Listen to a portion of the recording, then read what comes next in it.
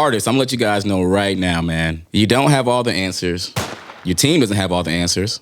The label doesn't have all the answers. It's a figure it out process, and you have to be open to figuring it out.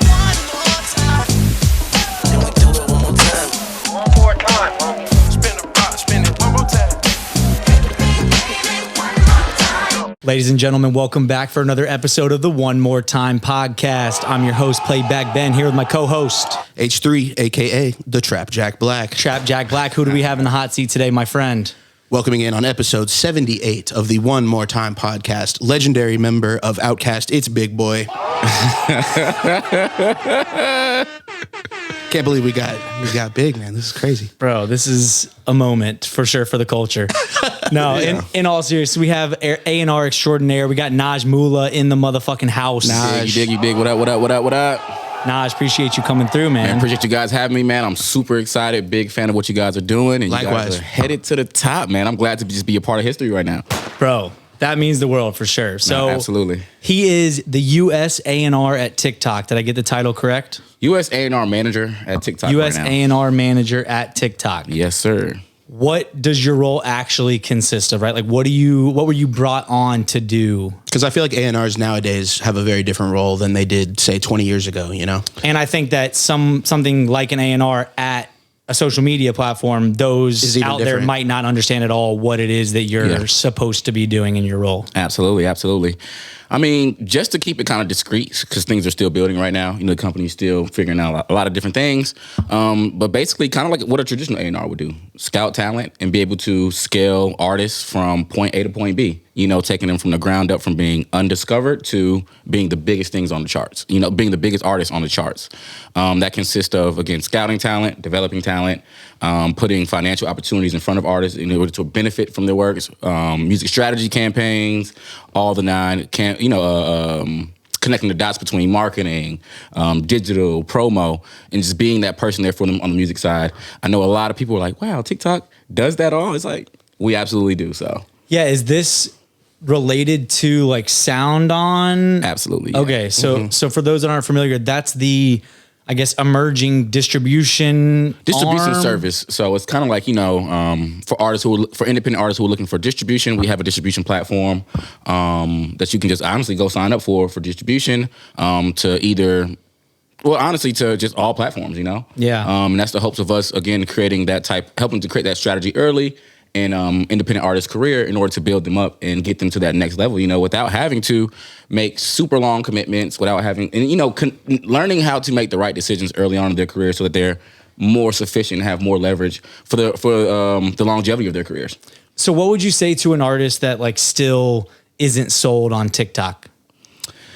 I would say to an artist who is not sold on TikTok or any social platform for that matter, but specifically TikTok, I would say, have you used the platform to your advantage? How much have you truly dove in and tried to, be a part of the algorithm? Most of them don't even try. They dismiss it. And that's my thing right there is that, a lot of artists in today's times, I want to say they don't understand, but they don't understand how powerful social media and just media in general is going to be for their careers. I say this to a lot of times for like labels and just people in the industry in general. If an artist isn't invested into social media or into marketing themselves before doing business, it won't happen after you guys sign the contract. It's not going to happen. Giving somebody $150,000 doesn't make them post more. It makes them actually post less. Because now they have a reason. Wow. They have money to spend now. Before, they were broke not posting. They're not going to post when they're rich. They're not going to post when they're wealthy. So my biggest thing is that, hey, artists, is to get into social media, get into marketing, get into promo independently, because once you get the muscle memory, once you get the knowledge of, once you start seeing the growth strategies, you'll realize how important it truly, honestly is for your career. And I always say, start that before you get that big check, because once you get that big check, not saying you're going to get lazy, but your focuses might change. Your focuses now, say if you just got, $250,000, or something like that. And it's like, okay, well, I've been needing to buy a house. I've been needing to buy a car. I've been needing to get back with my family because I've been grinding so hard for so many years, now I have the opportunity to, now I'm afforded time. And in all actuality, you're not afforded time at all. The journey has just begun. So if you're scouting talent and you find an artist that you love, but you notice that they are just not posting, they have no type of rhythm, they don't really have a social identity, you're pretty much skipping right over them, right? There's no shot. I want to say I'm skipping right over them because I'm always a talent-based guy. Okay. You know, I love just music in general, and I will never, it's the music business. First comes the music, then comes the business. So I understand, you know, an artist dedicating a lot of their time to building their craft and becoming a great musician. I would actually say advise to do that first, you know, figure out exactly who you are as an artist and what that sound is, why your listeners listening to you. Why do your fans want to be you?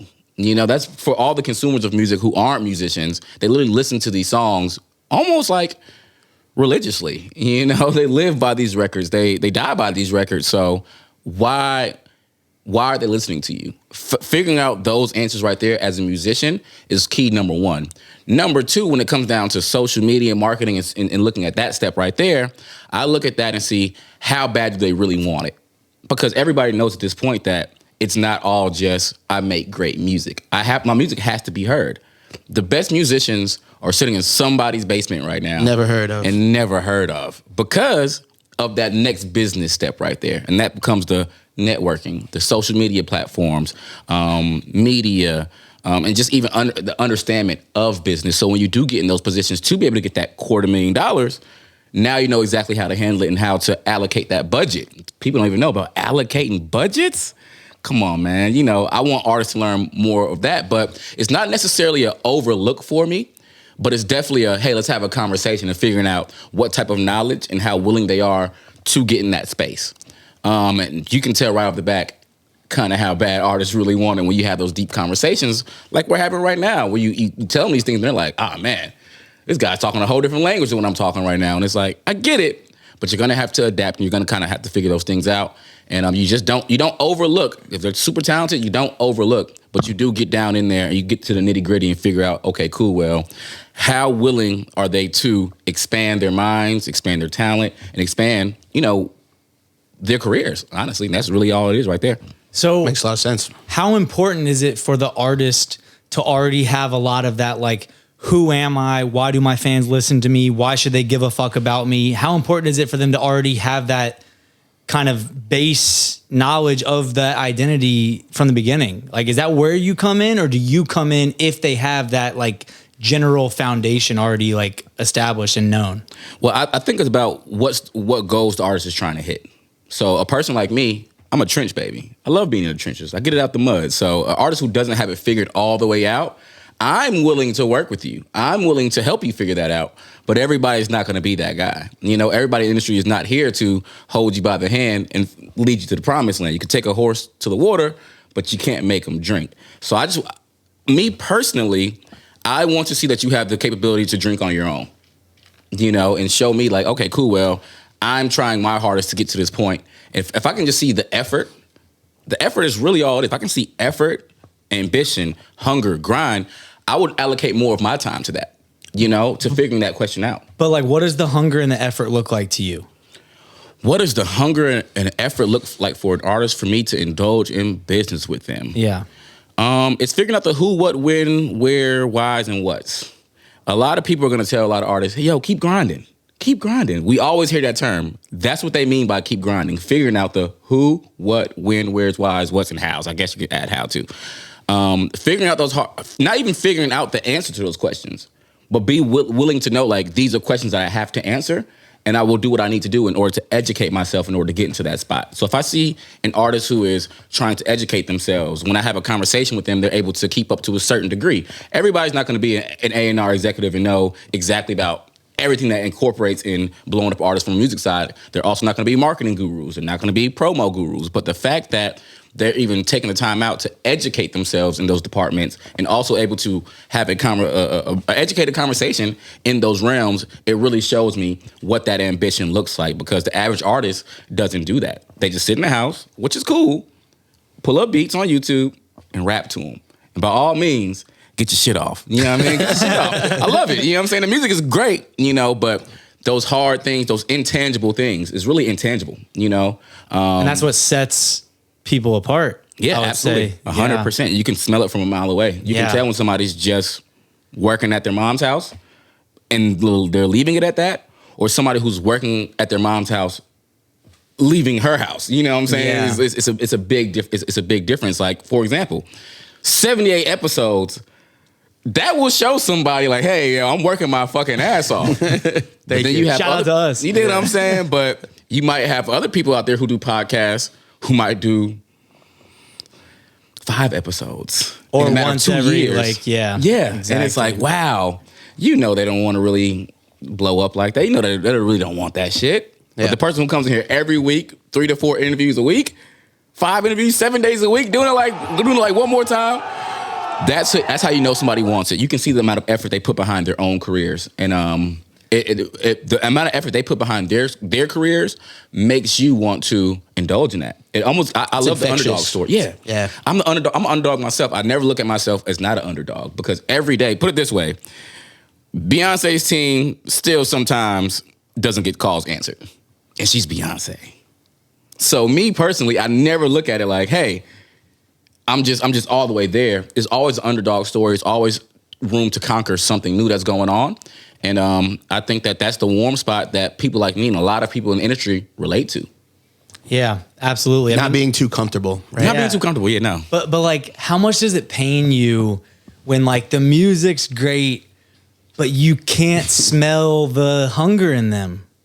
I feel like I've run into that so many times, man. Now that you're like describing to a T, like Yeah. things that I've already like kind of thought about in my head of like, does this artist really want this shit? Yeah.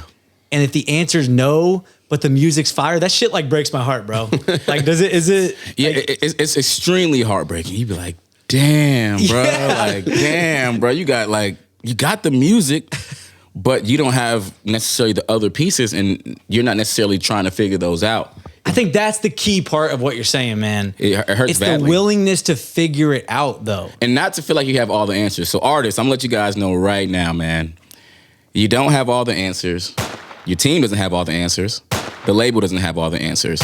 It's a figure it out process, and you have to be open to figuring it out. If you don't want to figure this shit out, sit your ass at home and keep making records in the basement. Nothing wrong with that. Send them to me. I'll make sure I listen to them. Absolutely. I listen to everything. Anything anybody send to me, I listen to everything. But me investing my time, my resources, and my finances, is something totally different. So just a little game for the the artists watching right now. Damn. That's No, what we got. I feel like we got a lot of game for the artists right now. So You know what I'm saying? shout out. That's what we're gonna do. That's what we're doing right now. Thank you, Naj. Absolutely. So, what was your first job in the industry, though? My first job. Yeah, like what would you say was actually your first, because I mean, you were talking earlier off camera about like, you did the artist thing for a minute. Yeah. Yeah, the hottest bars on the block, man. What you Yeah, mean? man. I actually was going up. I ain't gonna lie to you. I was going up. Let's get a freestyle real quick. Oh God, Henry. Okay. Nah, we stop. Yo. They gotta pay for that. Freestyles ain't free. Freestyles He's on ain't free. NDA, bro. He's on NDA. Yeah, exactly. He only does paid styles. Yeah. Pay styles. That's what we doing. But yeah, so outside of like what the motion you like had as an artist, obviously you were doing that for a while. Like, Yeah. what would you consider the like first music industry like on the industry I can tell you side? exactly what happened. Yeah. I was doing the artistry for a while, and I was like, man, I'm broke as fuck. Like, I'm broke as shit. I have no. He had the broke money. aha moment, man. Yeah, man. And me and my boys, me and my brother, who's also a partner of mine in business. Shout out to Jazz.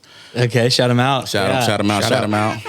Yeah, because y'all were in like a group together or something. Damn, how Like you a know little that? duo. Yeah, that's I was crazy. trying to dig through Wow. the internet, bro. Yeah. So we had a group by the name of Brinks Life. If you're in Atlanta, you know Brinks Life. Shout out to Brinks Life. Shout out. So we were doing the music industry thing, and I was just broke as fuck, bro. I was broke as hell, and I had a homeboy of mine. He was working with a signed artist at the time, and he said, "Yo, bro, we need an engineer." I said, "Engineer? Does that pay?" He was like, "Yeah." I was like, "Yeah, I've been recording myself at home this whole time, so let me How just..." to record on Pro Tools. Exactly. So I go to the session, and it so happens that Don Cannon and DJ Drama walk in the fucking room. Cannon. Wow. Cannon. I'm like, shit, this is crazy for my first engineering session. Wow. I didn't even know how to turn the speakers on. That's a pretty important one too. Yeah. That's Like- probably step one in the manual. Oh yeah, I was just right? laptopping it. And with my little small setup, and I figured like, hey man, I know how to record. I know how to drag and drop. I You're know I like, got a all you template. asked was how to record. You didn't tell me I needed to know how to turn the speakers on. Goddamn, Exactly. So that was not in the job posting. well, I got them on, but I couldn't get a signal running through through the speaker. So, long story short, I actually completed the session.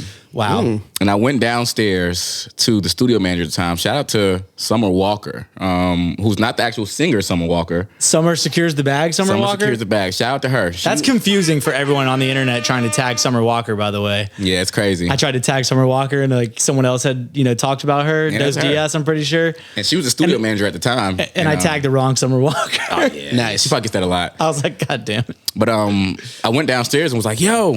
You know what I'm saying? I felt so confident in myself. I just did a session with Don Cannon and Drama, You were bro. gassed You up, can't tell bro. me shit, bro. You can't tell me Cannon. You know what I'm saying? The affiliates. I'm like, oh shit, this is crazy. So I go downstairs with all the confidence. I'm like, yo, if I need engineers, here's my number. Take down my number. She's like, all right, bro. So I hit her back. I was like, yo, you need engineers? She's like, nah, not really. I'm good. So she hits me back, and this is one game. Y'all gotta make this a clip. This is one thing. Let me fix the headphone. Let's get this it. Is one thing. This is one thing artists need to know, and people in the industry, creatives in general, anybody corporate. I'm a corporate creative. That's what they call me. Hybrid. I do the corporate and I do the creative. For one, getting that bag. But secondly, the industry is based off of necessity. Nothing more, nothing less. If somebody needs an engineer, they need an engineer. If somebody needs an intern, they need an intern. They're not filling slots just because. They're filling them because they need them. So with that being said, she gave me a call back and was like, hey, I don't need engineers, but I need interns. And I was like, damn. Damn, not an intern. I wasn't trying to intern. Downgrade. I wouldn't say very much so, because interns are some of the most important people in making the music industry actually function. And It's they crazy. become executives After almost that- all the time. All of my friends that were Yeah. that were interning when I was interning are doing extremely big things right now. We can actually cut deals or make things happen nowadays. So It's crazy. Don't sleep on the interns, No. or don't sleep on the internship. No matter how old you think you are, be very humble. Get in those rooms, figure out the who, what, when, where's, why's, what's. That's what I was doing with that internship, and that's what I was afforded the opportunity to do, was to figure out the who, what, when, where's, why's, and what's. So I'm doing the internship. It's going pretty well. Eventually, we got the opportunity. I got the opportunity to start engineering some sessions. As I start engineering these sessions, Yeah, but how'd that call up happen? It was just like the other engineer was late or like called in sick, and you were like, I got this shit. literally, that's necessity. Yeah. The other engineer canceled, so I remember you told me you engineer, right? Like, yeah, I do. totally. I do. I still have your card that says engineer. Exactly how it went. She's like, all right, well, there's a session today. Okay. It pays this much. Would you be willing to do it? At this point, I'm still broke as fuck. So Yeah. I'm like, whatever money it's paying, I will sit there as long as it takes to go get this bag. Man, so I start doing sessions. I start doing them very frequently. At this point, I started getting better at engineering, of course, and being more knowledgeable. But then I got into a session, and it was an artist who was stuck on the line for like 30 minutes. And I had a long day that day. So something told me, press the talk back button and give them advice. Yeah. Gave me advice on the bar. They were like, yo, that's really dope. Do you want to finish helping me write the rest of this record? And I was like, yeah, sure. Like, I'm super bored in this session right now. I've been, sitting at the engineer table, just clicking, dragging things, dropping and dragging things. And As you engineers do. yeah, well, I mean, it's much more to engineering. No, but, I know. I just like giving him shit. the the complicated part comes after they're done cutting. For sure. Exactly. No, but getting involved is the beautiful part, honestly. Exactly. Because when you first start off, you don't feel too comfortable doing that. You're just making sure you're hitting the right buttons and moving as quick as you can. Exactly. I remember the day, around the time when I just got really, really good. I knew I could do that thoughtlessly. I was a zombie. I Muscle could just- memory, baby. Boom, I'm moving it around. Now I have this other time in my head where I could be thinking of bars and Yeah. song structure and start giving those types of suggestions. And that's the point I got to at that point, where it was just like, okay, cool. Well, I've gotten pretty much muscle memory when it comes down to tracking vocals. I have a great template. I know how to use different VSTs in order to make it sound the way it needs to sound. I get it. And then she was stuck on the song for like 30 minutes. I gave her the bar. She asked, like, hey, do you want to help me write the rest of this record? 2 days later, it came out on the radio. Wow. 2 days later. What was the song? It was a very local record. I wasn't going to say it, but it was a But very still. local record. But just to But see. for you, you're like, I made it. Oh yeah, I'm totally green. I'm like, yeah, 1079 is playing my words. This is Yeah. crazy. Like, and That at is that point, crazy. I was like, I will never be an artist again. Wow, that was when the light switch It hit me. Yeah, because I started getting splits, and I had owned more of the record than some of the artists who were involved in the record. I was like, wow, so I'm gonna get paid more than the actual artist on the project. And then from there, I started songwriting, and I used my resources. Again, interns. Use your resources. If you're in an internship for 2 years, there's no reason why you should not leave with a Rolodex of hundreds, if not thousands, of people that you can contact in order to build your own rooms. Yes. I started to build my own. Oh, and in that process, I became the studio manager. So that was my first corporate job, was becoming a studio manager, because the studio manager left.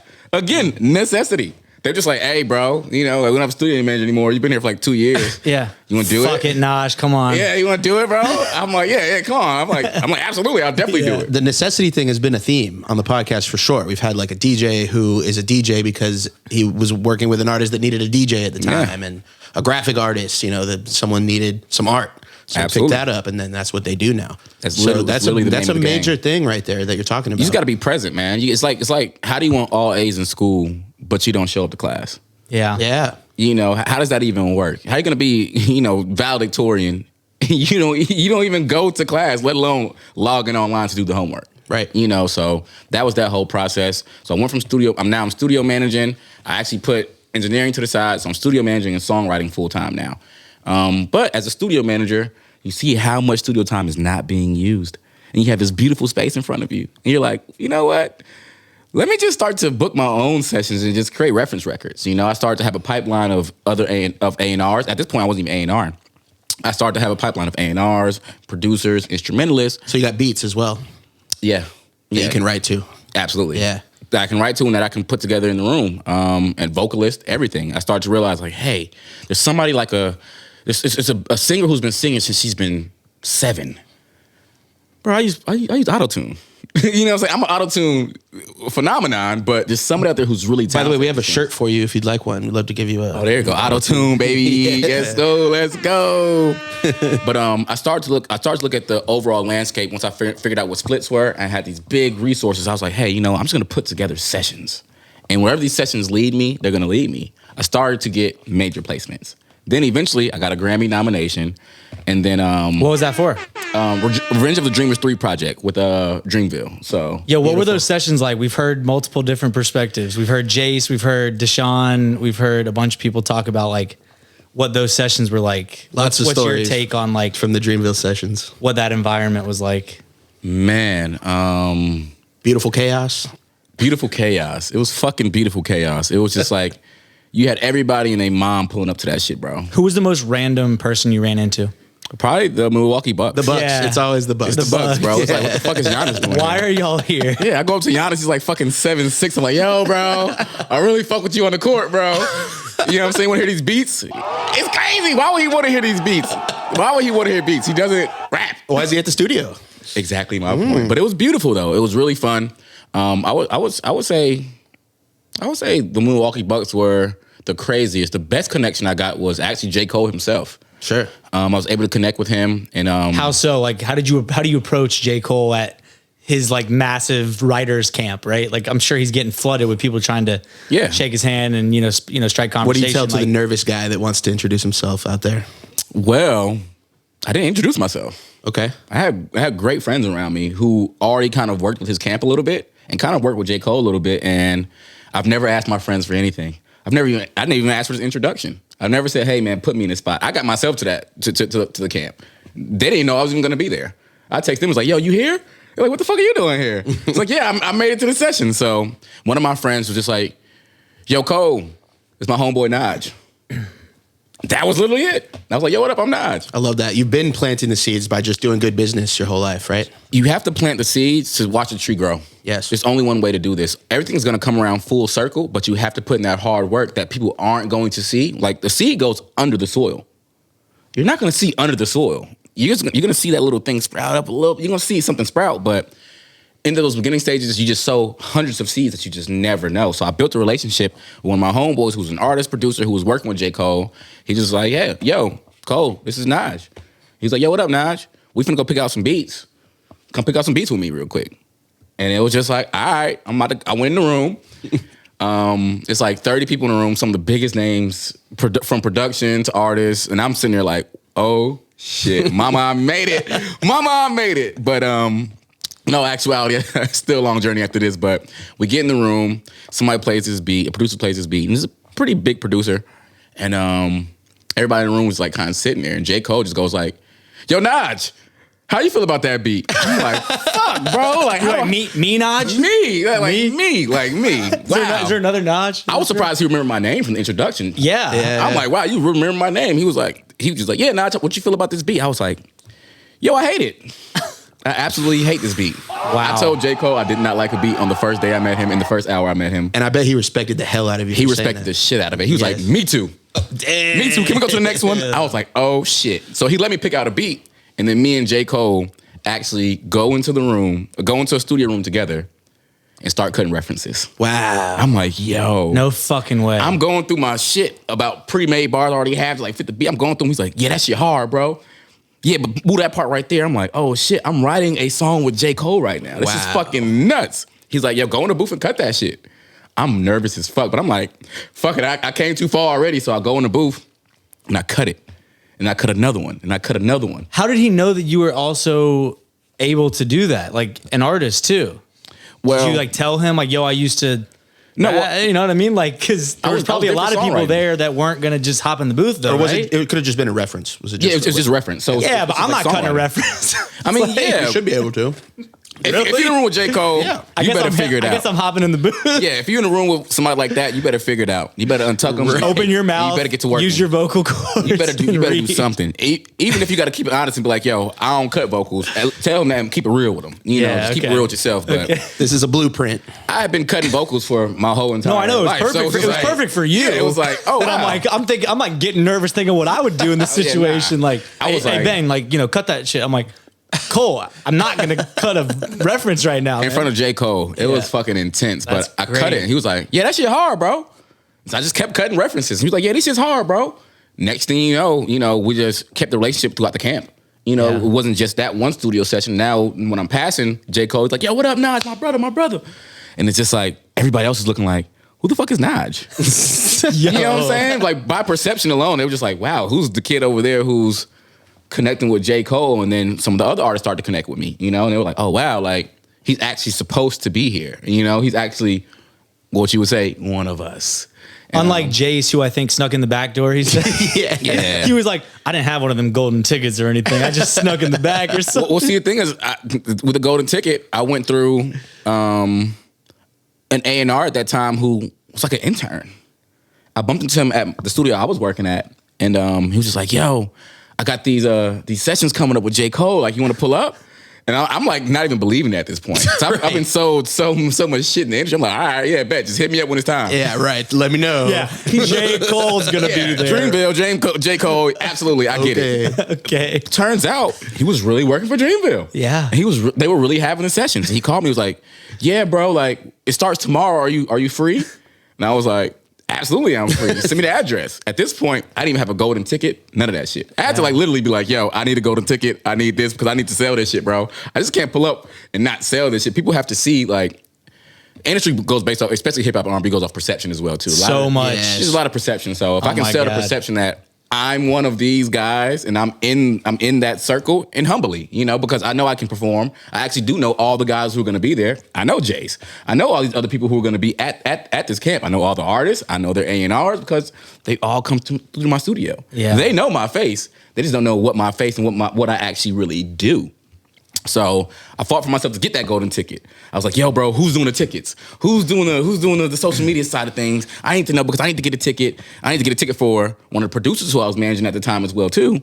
Who was that? Arsenio Archer. Okay. Yeah, so he did a lot for Summer Walker in the beginning stages. Did her first 2 to 3 projects. Oh, nice. Yeah, Okay. from the ground up. So shout out to Archer. He definitely helped me out with a lot when it comes down to that. But I eventually was just like, all right, cool. Well, I built my own room inside their camp. Crazy. Amazing. Because I seen how it worked. It was like total mayhem. It was just like, whoever can grab the aux and the mic, it's your session now. Yeah. So I'm in a room with hella legends, like legends. And me and Archer was just at the studio before that. And we had cooked up a record. We was like, yo, the easiest way to place is going to be through Ari Lennox. Her sessions are more chill. The rappers are in there fucking elbowing each other for fucking mic time. So I'm like, all right, cool. Well, And rowdy probably and shit. and we've cut like 30 references in one day. So there's like a million rap songs for them to choose from. Yeah. Ari's sessions, just like candles lit, Vibes. Yeah, you hear pianos playing and shit. I'm like, okay, cool. Well, I know one of the best R&B producers right now of our time. I write R&B music. I know vocalists. So eventually I was like, okay, cool. Just pull up this day, bro. And we went inside the room. It was hella greats in there. And for some reason, someone told me just to ask for the aux cord. I grabbed the aux cord and I was like, yo, play that beat from earlier that we worked on. He plays the beat. Whole room goes fucking nuts. They're like, oh shit. So then I start humming my melodies and get on the mic. And they're like, oh shit, y'all niggas really got a record. Y'all really going crazy. Long story short, Ari Lennox wasn't even in the room. She wasn't even in the room. In her own session. Well, the thing is that she had just left for a break. She had left for a break, so I'll be back in like an hour or two. I'm like, okay, well, this is the perfect time for me to have the full reference cut by the time she gets back. So we get in the room, get the aux cord, we play the beat, I hum the melodies, I do like a small reference, but then I see one of my good homegirls, Baby Rose. She walks in the room, and I knew at that point I need to sell this record. It's not just about having a reference, it's about how can you sell that reference. So I was like, hey, her vocals are way better than mine. Sis, do you mind cutting this record real quick? Right. She's like, what is it? Oh, I love this. I have no problem cutting this. By the time she came back, the record was fully cut by one of the most unique voices in the music industry at that point. So she's like getting chills. She's like, wow. And the content of the record, she was like, wow, this is crazy. She's like, yo, I love it. And I was like, that's it? Fuck, love it. I need you to cut this shit. Like, I need you to cut this record. Make it. What are we doing? Like, you're here, you're back from your break. It's game time. And then Baby Rose hit her with the, girl, you got that shit. And she was like, So she egged her on. yeah. Well, I was like, yo, motivation. I was like, yo, Rose, get in there. Get in there. Like, we gotta get this record cut, which was kind of Baby Rose's big break as well, too. Shout out Baby Rose for sure. Shout out Baby Rose, yo. Shout out to Sis. She cut the record. Ari Lennox gets in there and she cuts the record. And then from there, the A&Rs walk in the room. They're like, wow, this is one of those ones. And the history was made. Yeah. Wow. Wow. So that's self-love. Self-love, With yeah. Ari, Boz, Baby and Baby Rose. Absolutely. And that was my Grammy nomination right Wow. there. Beautiful. Yeah. That's amazing. Wow. I got chills. Me too, man. It's the weirdest shit. It's the weirdest shit ever, bro. So you mentioned Archer, who was working closely with Summer Walker. Yep, absolutely. You end up like, how do you transition to becoming A&R at LVRN, right? Like, So what's the actually, transition? It was that was the transition right there. Right there. So I never told anybody. I told one of the executives that I did music. Only one of the executives know I even did it because I was like, letting them know I was going to be doing studio sessions at the studio to make references. So he's like, all right, cool, whatever, bro. It's open. You can use it. Thank you for notifying me. So I get the Grammy nomination, and I guess they were following me on Instagram, and I posted it on Instagram. They were just like, yo, what the fuck, bro? You never told us you did music. And I was like, yeah, I know, bro. Like, I was just trying to figure out the who, what, when, where's, why's, and what's. And I was just planting my seeds into the ground. And I knew something would come out of it. And they were just like, yo, bro, like, you should come help A&R. At that point, there was really no A&R staff. And they were like, yo, come A&R and help us to build out our artists, help develop our artists. Because I had played some of my reference records. They were like, these are absolutely amazing. Who are these people? They didn't know any of them. They didn't know the vocalists. They didn't know the producers. They're like, yo, these guys are amazing. How do you... Because I've been sitting in the studio for the past 4 years. Yeah. So now I have this great Rolodex. That's like the 10,000 hours type shit, I've too. done 10,000 hours. When you do 10,000 hours, times that by 10,000 and then times it by 10,000. You're never going to stop. Yeah. You never stop putting in 10,000 hours. I think that's actually the wig. I'm like, yeah, nah, 10,000 hours does not mean 10,000 hours. It means 10,000 hours with an infinity sign behind it. Yeah, that's like a minimum. That's a minimum. Yeah. I think it's interesting and like unique potentially. Maybe I don't know enough A&R stories, but like for you to be studio manager and like intern and being in so many in and around so many sessions. Yeah. That's gotta like tune the ear up. Oh, well, it fully put muscle memory into how to actually make records. Yeah. I was in the studio with a lot of talented producers, a lot of talented vocalists, a lot of talented songwriters who just never really had that big break. They were in their mom's basement. They were in their mom's basement cooking up these great records. And I was just like, damn, these guys are so talented that I learned so much from them. I also educated myself. Shout out to YouTube University. Absolutely. I also studied music. A lot of creatives don't listen to music. A lot of consumers don't listen to music for the same reasons why creatives listen to music. I'll put on fucking footsteps in the dark and listen to the kick the whole time and like literally focus on the kick and the count of the kick to be like, oh, okay, this is the pocket. And then I listen to another record and be like, damn, this is the same exact pocket. Oh, damn, this is this, they don't understand like the mechanics and the engineering of putting together a record. I was afforded the opportunity through the creatives, also through music studying, and also through YouTube to actually like figure out what it took to actually build a record from the ground up from scratch that was actually in comparisons to the high quality records that were being made in the label, from the majors, but also creatively being weird. It's nothing like getting in the studio with a bunch of creatives, lighting up a J, taking a couple shots and just figuring out what we're doing for the day and not having that type of pressure to be like, yo, we have to have a hit. Nobody knows what a hit is. Don't let them lie to you guys. With the camera right here, don't let them lie. Look at that one. Right there. Yeah, okay. right there. Real quick, there's no such thing as knowing if there's a hit or not. Don't let anybody tell you what a hit is or what it isn't. A hit is what the consumers choose it to be, not the labels, not management, not your A&R, not your homies, not you. As the artist, you don't even debate what is a hit. You don't depict what a hit is gonna be. The consumers depict it. So record that shit and drop that shit. Stop holding your music. You'll know what a hit is when it hits. So Boom. that's that. really it right Mic there. drop. That's the shit right there, man. There we go. Don't drop the mic though. Leave it. So then, yeah, like, LVRN brings you on Yeah. to do A&R work. Yep. Was Summer your first artist that you started working with, or like who was the first artist that you were kind of mostly assigned to? I mean, I immediately started working with all the artists. Okay, so we had no staff. All right, yeah. So who was the roster? Just for those who aren't familiar with their roster at the time, like the roster at the time? So I started out as kind of like an A&R assistant. Okay. So I basically touched all the artists because, like, the dirty work that needs to get done, I was that guy. Mm-hmm. So the roster at that time was Summer Walker, Black, Drum, West Side Boogie. Damn, who else did we have at that time? I don't want to miss any names, but It's already 4 huge ones right there. already alone, I was able to get in and start to figure out what A&R really, truly, honestly was. A lot of people don't know what A&R. People think that A&R is just sit in the room and be like, I like that shit or I don't like that shit, and that's it. So clear this up because we got to. Yeah, because we talked about this with Deshaun, and I was like, so what is it exactly that you guys do? And he was like, there will be no bashing of A&Rs on today's podcast. So we ain't doing that. We ain't doing that. But you guys do catch a lot of heat sometimes. Like, what is it that you do, and like what the role consists of? Because you're right, some people think it is what you were just hinting at. So, but what is for the people? What's your definition of the role A&R? Well, as an A&R, there's not much you don't touch. You're almost damn near like the manager because you have probably the most close personal relationship with the actual talent. You're in the studio for 16 hours a day for a year straight. You're damn near like a family member at that point. Right. So you take on so many different multiple roles, but A&R is not just sitting in a room saying, I like something or I don't like something. Actually, I put this room together. Right. You are the room. I am the room. I literally got all the producers, all the songwriters, the artists, the objectives, the goals, everything mapped out and lined out for you guys to come sit in here for 8 hours and act like I did none of that work. Does that happen often? Oh, yeah. That's why I call myself a corporate creative, because I'm here to bridge the gap between the corporate side and the creative side. I need corporate to know why these musicians need their fucking money. And I need the musicians and the creative side to know why it takes this long to get paid. Just that simple. Bridging that gap between those two worlds is what I identified very early was going to make me very special in A&R. I don't feel like there's enough of you, man. Maybe I'm wrong.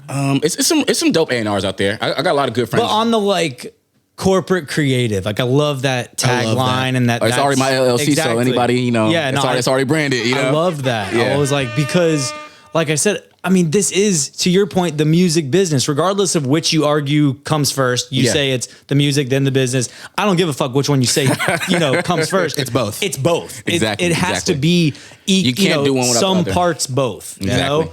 So, and that's what's, to the point earlier, is like, that's why so many people don't succeed, is because either they're too hyper focused on the business and the music sucks, to be honest, and they're not focused on developing the sound. Exactly. Or the vice versa of, they're just so, I love being in the studio, making dope music, in your mom's basement, analogy. And then you just don't even care to know, how can we actually package this shit up to be a product. You know what I mean? Yeah. And scale it. Absolutely, man. I mean, I think that's one of the most important things because I run into, just even on both sides, I run into so many people who are in corporate who did go to music school. And it's like, bro, you know music theory and you don't use it? Right. You literally just push paperwork all day. And you know how to play piano, you know how to play 12 instruments. And you telling me that you don't be in the studio trying to cut something with some of these artists? I just seen such a big gap between the two spaces of being a corporate and being a creative. I knew that there was a lane wide open for somebody like me to step in and be like, you know what? Nah, I'm gonna bridge that gap and I'm gonna bring those corporate people to the creative side. I'm gonna bring the creative people to the corporate side and figure out what that sweet balance is. And I'm not saying do everything at once. You know, you can get your music shit in order, but don't, before you start, expecting crazy results, you got to learn a little about business in order to create those crazy results. Same thing from the corporate side. You have to understand these creatives when you get in the room in order to get this hit you guys talk about. Whatever hit you guys keep talking about, you're not going to get it by not understanding creatives and letting them do them and understanding like all this shit does not have to be forced. Let them get in the room, figure it out, have conversations, put people in the room who actually like to work together, not just random producers from West Bubblefuck out somewhere and somebody else from over here and be like, yeah, get in the room. You guys don't even speak the same language. Not like literally language. I've worked metaphorically. Metaphorically. It's just like they're not connecting. Like A&R is just such a talent to where you have to even identify personalities. You have to identify how to really build a room. It's one thing just saying I have 3 producers and 3 songwriters. Anybody can do that. But why are they in that room? What's their specialty? Okay, well, I got this songwriter because she's great at melody. I got this songwriter because her lyrics just put chills up on your spine. They make you feel something. And I got this songwriter because they know how to actually structure a record. Doing those 3 things which are very important in songwriting or in creating a record, I purposely put those 3 people in the room because I know what they specialize in. And also, they know what they specialize in. And they're not scared of that. They're not scared to play their role in the studio room in order to be like, okay, cool, well, I do this job right here the best. Let me do that. If I can help out in these other spaces, cool, but we're all professionals here, and I put people in who enjoy working together and who understand the maturity of playing their purpose on the record and not overstepping, trying to be the biggest percentage on the record. Mm-hmm. Literally, I was going to bring this up because Storm talked about her studio etiquette, like crash course was from you. Yeah. And it was really the biggest lesson learned from her was that humility side of things, right? Yep, absolutely. Being humble and understanding that you can play this role and it doesn't need to be that you contributed the most to the song just to fucking pump your chest up or whatever, right? It's really like looking at this of how do we help the creatives in the room all reach their fullest potential so that hopefully we can make this hit that everyone keeps speaking of. You know what I mean? Exactly. And the thing about it is that you want to get a call back. You don't want this to be the only time you get in the studio room. So you want to be as a team player as much as possible because, it looks like 5% right now on the back end. It looks like 10% on the back end right now. But the more you're called into the room, they might bring you in for the whole project after this session. But you shoot yourself in the ass if you're not being a team player, if you're not willing to have that humility in the studio room to be like, hey, again, I said it early in the interview, you don't have all the answers. Beethoven didn't have all the answers. He literally had a whole orchestra behind him of people who were good at their jobs. And, he might have been a good leader, a good coach, a good playmaker, and been very good at making music. Not taking nothing away from the Beethoven fans out there. But I can see the YouTube title. Yeah, Naj. Beethoven sucks. Naj Mullah. Yeah, stamps it. It's crazy. But having that humility, being in that room, serving your purpose, being proud of your purpose, being proud of your split, being proud of the addition that you put into that room is going to bring you back because once you have the anxiety in your head of, oh, I'm going to feed my family off of this, that kills the creativity in the room. It kills the creativity. You don't want to be the person that kills the creativity in the room because you're just doing too much. You're doing too much, bro. Like, what are you doing here? Like, you all over the place. Like, yo, sit your ass down. You don't play guitar, bro. Stop going over to the guy who's been playing guitar for the past 20 years and telling him, oh, boom, boom, boom, boom, boom. It's like, and then you don't even know how to say it. Shout out a lot of the A&Rs. That's probably what they say. Hit the one string the other way you were doing it. They're not saying, oh, go down a key. Or none of that. They're not even explaining how to properly even do it. So now you're making an ass of yourself. Mm-hmm. And now you're probably drunk and high. Now you're all loose in the room. Now you've been a chatty patty. Now I don't want to call you back, bro, because you're doing the most. But so it seems like a fine line, though, and correct me if I'm wrong, of like, making your presence known to the point of like you're valuable in the room, but yet not over. Yeah, exactly. That sounds like a fucking mind fuck for me of like, you want to like make sure they remember you to get the call back, because if they're building the next room, they're gonna be like, oh yeah, like who was, who did that, or like, because there's thousands of sessions going all the time. So it's like, you do have to be memorable. I think you have to be 1,000% locked in on what your strengths are. Like 100% know this is what I'm good at. It's what people have told me I'm good at. I don't just think that myself. Like super self-aware. Correct. Almost, Super right? self-awareness. Correct. Yeah. Super self-awareness where you're like, yo, I am good at melody. Yes. I am good at melody. My melody's gonna stick. Everybody knows the most important part of songwriting is the melody. Facts. So if you got the melody, and then what's the next most important part? Drums. The words. If you can do one or two of those things, oh, he's Drums. drugs. Yeah, he's crazy. No, drums. drums. Drugs is funnier. drugs. Jeez. Well, I mean, as far as Melody, the songwriting drugs, process. drums. Yeah. But if you can do one of those two things as a songwriter, and like from a production standpoint, if you can be good at drums, if you can be good at melody, just do your drums and just do your melody and let it stick. Yes. Let it stick. The A&R has to do a split sheet of who did what, and who they're gonna figure out who did what. And if those drums is hitting, I'm gonna call you back for them drums, bro. Right. I'm gonna hit you right back and be like, yo, let's work smarter and not harder, because most A&Rs are, sometimes can be lazy.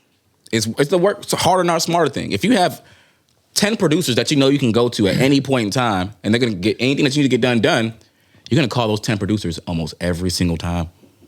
Well, how about I call, if it ain't broke, don't fix it. So if I know this guy has good drums and I need good drums, I might have three people for drums in my Do you send it to all of them and then have them? I shoot to my top one first. My top dog, the one who's most reliable, the guy who's gonna. So who is that? Cole, you stupid. You already know, man. My boy Hollywood Cole. You already know what time it is. Yeah, shout out to my boy. Yes, you dig? sir. But So Westside Boogie, you commented that he turned you in to the A&R that you've become. You posted that some time ago. Absolutely. How so? Like what about that relationship do you think like developed your A&R skills? Well, that was the first time I dealt with somebody who really pushed me as an A&R. Like who really pushed me. Meaning what? Meaning that we got to really figure some shit out. Like he makes like real hip hop. He makes like content-based music. His productions, if you can hear them, they're beautiful front to back. I mean, every instrument lays in the perfect way, that lays this way, that goes this way, that means this, that means that. It was just so intricate that I had to like really dive in and think really hard about how to build these rooms. But not even that, but also the lessons I learned from him the hard lessons I learned from him, where it would be like, hit the think button real quick. It would be like, I love it. Get the request. Never been requested to do it before. It'll be like, usually it's embarrassing because like you can't think of something and Henry will cue it. But he owned it. He would push me into things like, well, I didn't have the answers. And he'd be like, yeah, what's the answer? And I had to admit, like, I don't have the answer. I just don't got it, bug. But I can figure it out. And he was like, yeah, I respect that. I'm glad you was honest about it. He really showed me like how to have the right morals and when dealing with an artist who really cares about their shit. He was the first person to be like, yeah, nah, we not doing that, or nah, that ain't good enough, we gotta figure it out. And we might have went with my first suggestion, but we're gonna try this shit and figure it out. He gave me the process of, and this is a saying that I love to say, like, yo, I might be shooting a brick, but I'm still gonna shoot my shot. He taught me to keep shooting the shot. Like, bro, don't be scared, bro. We're gonna be in the room, which I kind of already knew this, but when you're dealing with high caliber artists like a Boogie, and you see that works, and not only just making references for people, this works in real time where you have artists who really care and want to figure out how to make a masterpiece, and he just was totally hard on me like that. Like, it'll be times where we'll go out to dinner, we'll have 12-hour sessions, we'll be in a 12-hour session for 4 hours, we're like, all right, cool, let's go get something to eat real quick.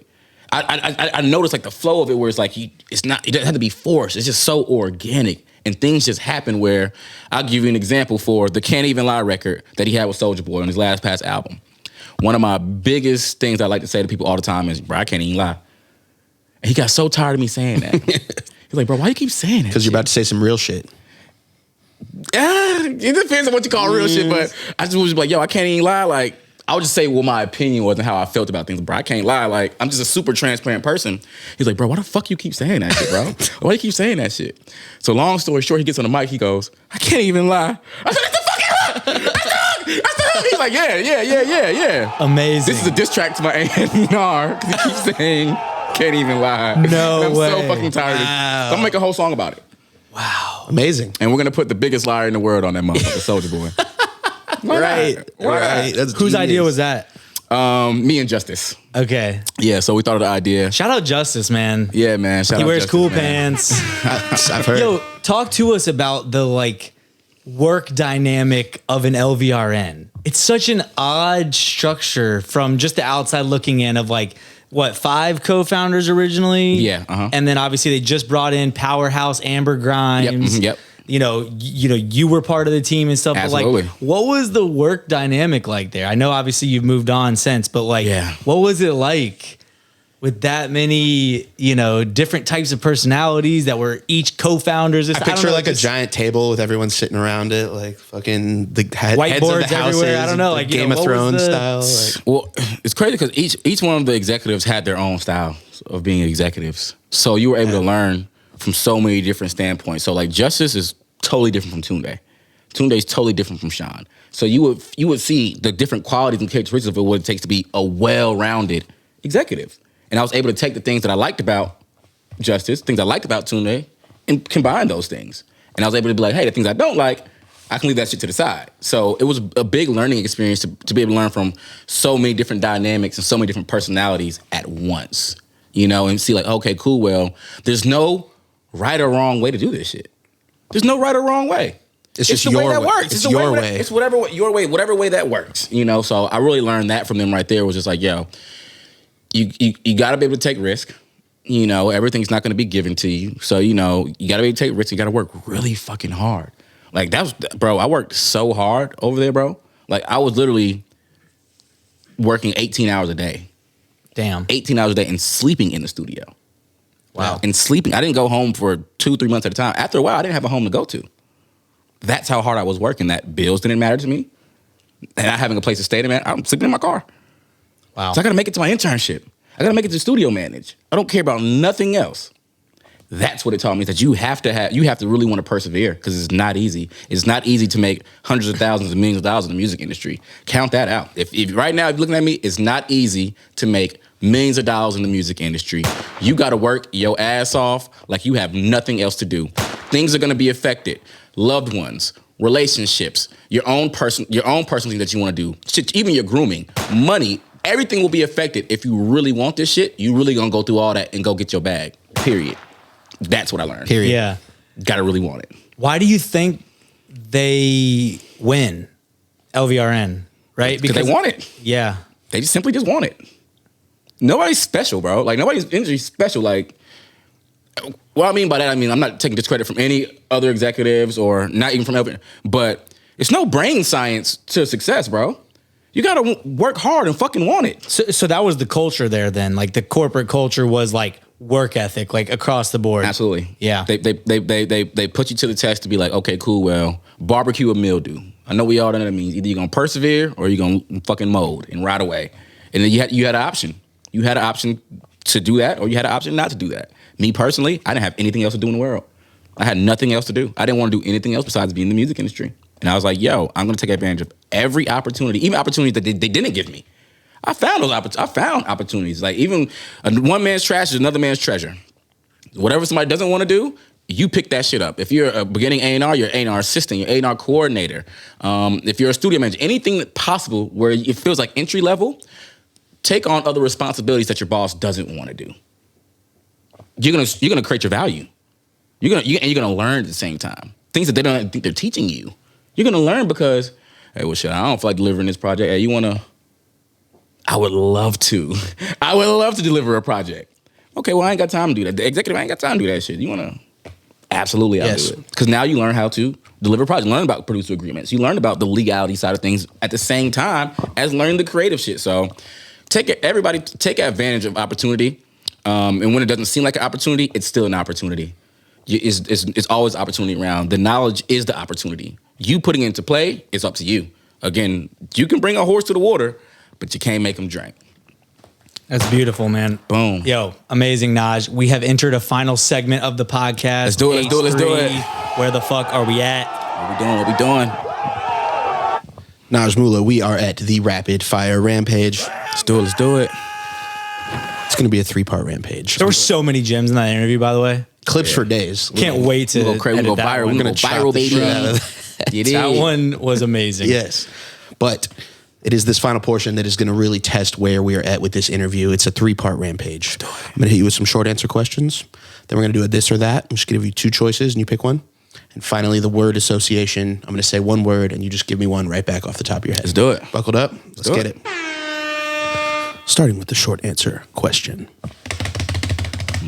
Elon Musk revives Vine within Twitter and offers you an A&R gig with equal pay. Do you take it?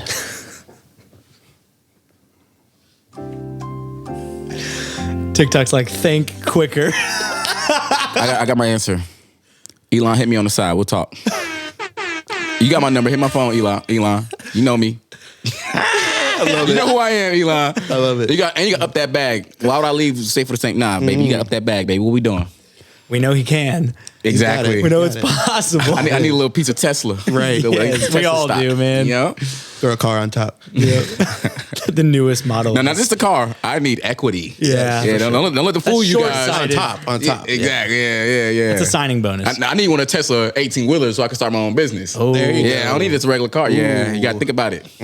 Smart. Electric trucking coming soon? Yeah, there we There go. we go. Okay. Naj, give our listeners your number one piece of advice for growing on the Clock app. On the Clock app.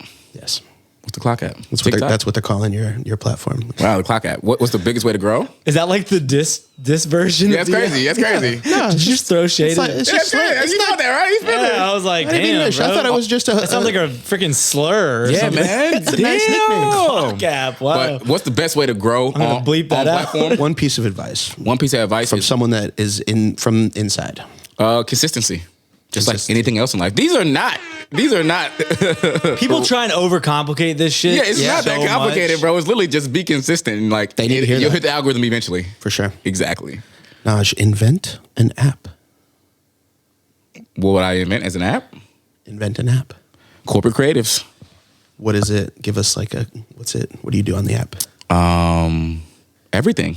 We from legal to A&Ring to management. We give you the keys to bridge the gap between being a creative. So on the creative side, we'll have STEM players. We'll have things in which you can track out different stems to different vocals, productions, but just a one-stop shop to learn your knowledge for the music industry. So you ain't got to go to 100 books over here, figure what's over here. You ain't got to learn music theory by going to 10 years of college at some spot going into $200,000 for debt.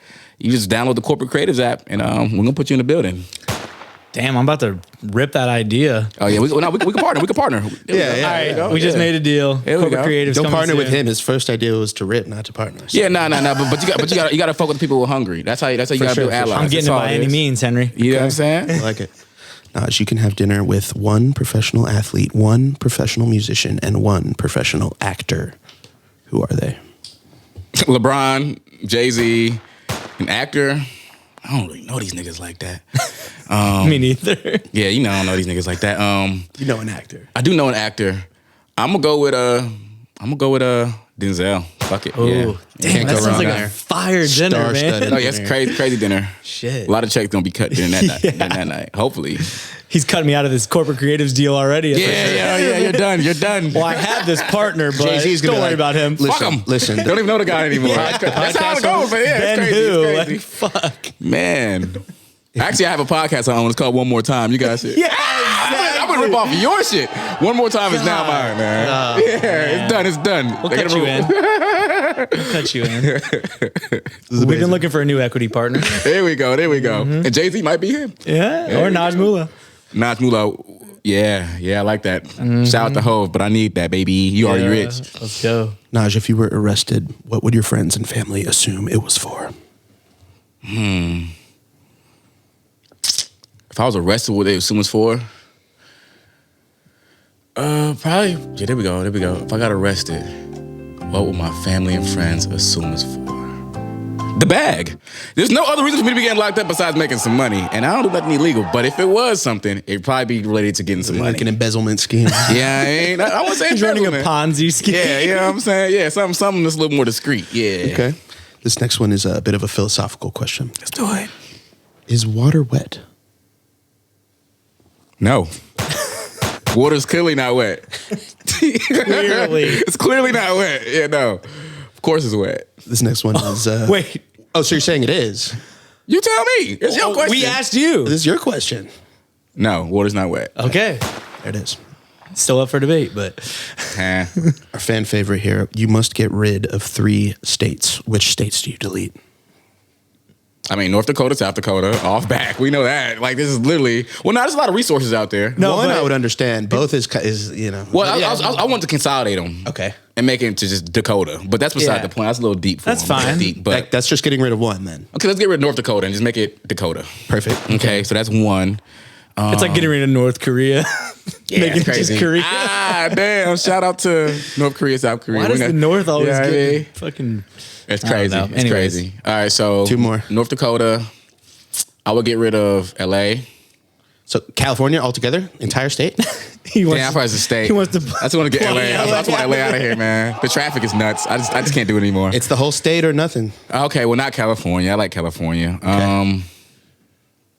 Let's get rid of South Carolina and just make it Carolina. Okay. Just make it Carolina. Hey. Yeah, all the states with 2 names, y'all gotta stop being stingy, bro. Y'all gotta Hey. stop this. Y'all gotta get that shit together and become one. Figure man. it out. We can't keep doing that, man. It's not the Civil War anymore. It's not. Yeah, exactly. What are we Come on, doing here, guys. bro? We gotta get together, America. Okay, last state. Last state, There's no more Norths and Souths for you to be politically correct. Alabama. Love it. See, I thought he was going to go get rid of West Virginia and let's just make it Virginia. That would have been... That would be cool that too. would've been That'd be the cool best. too. But I gotta do Alabama because they haven't had a football team for the longest and like one of the biggest football capitals. It's just pissing me off now. Agreed. Yeah, I like, see them why look- do you exist It's at this getting point, right? I Yeah, mean, but they need until you guys get a major league football team. Yeah. you're no longer a state.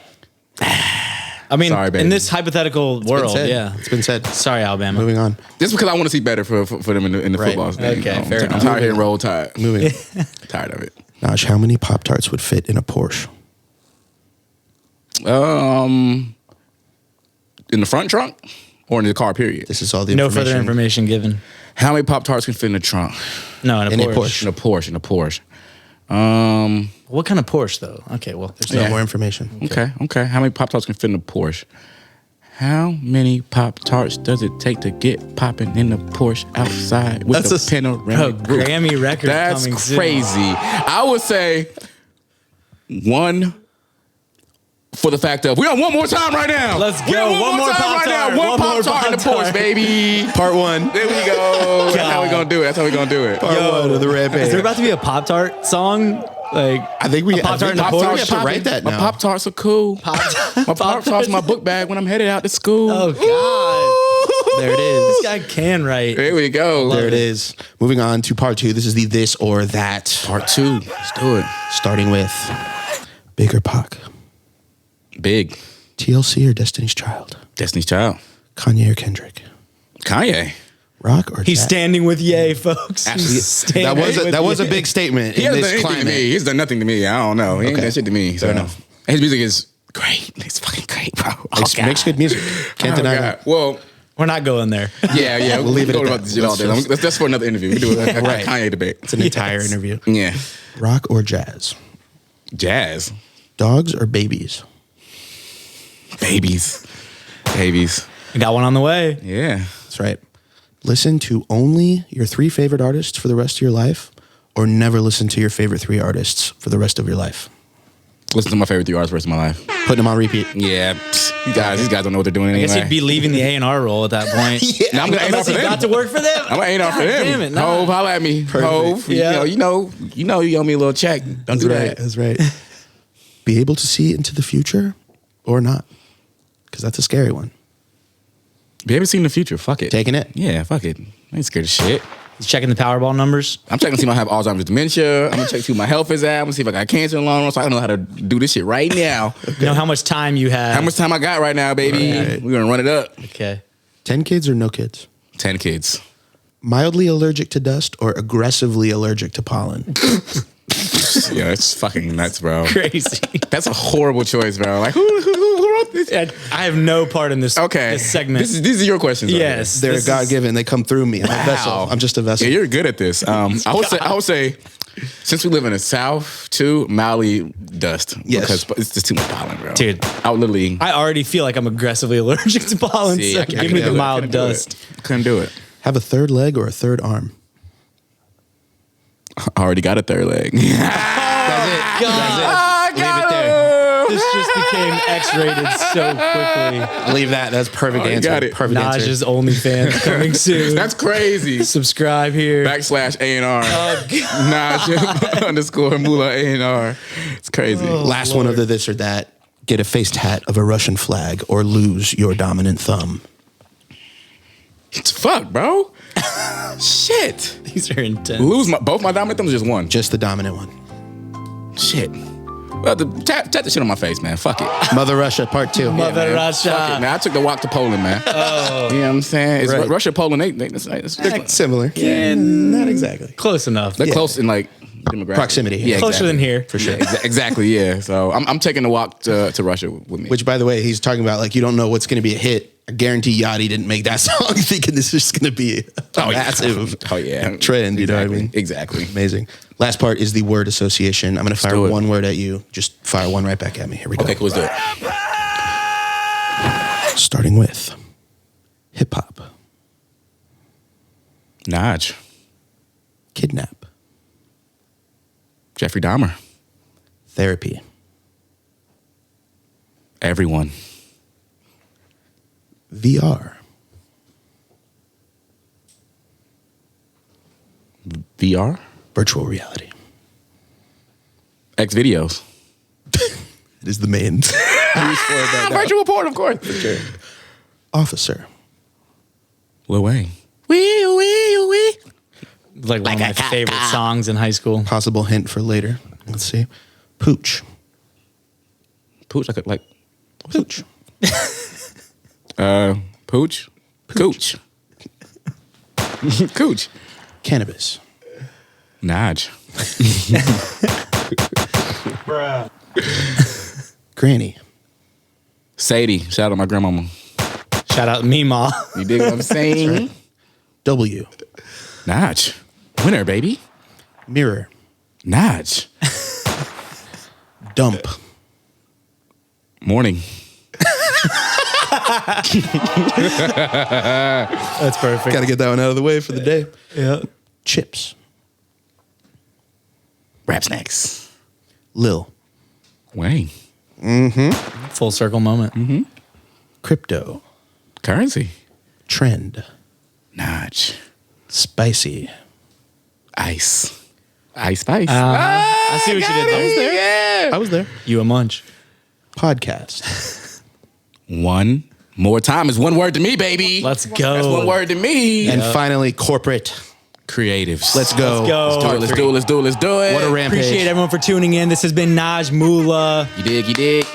Amazing interview, bro. Yeah, that was Enjoyed super it. fun, you guys. You guys have an amazing platform. Again, thank you for everything you guys are doing for the culture, for me, all my friends, and all the great people soon to come on this platform. They headed to the top, and they ain't gonna flop. You That's dig what right. I'm saying? Get it. As always, please like, comment, subscribe. And until next week, Henry, what are we doing? We're getting out of here. We're getting out. Peace. Peace.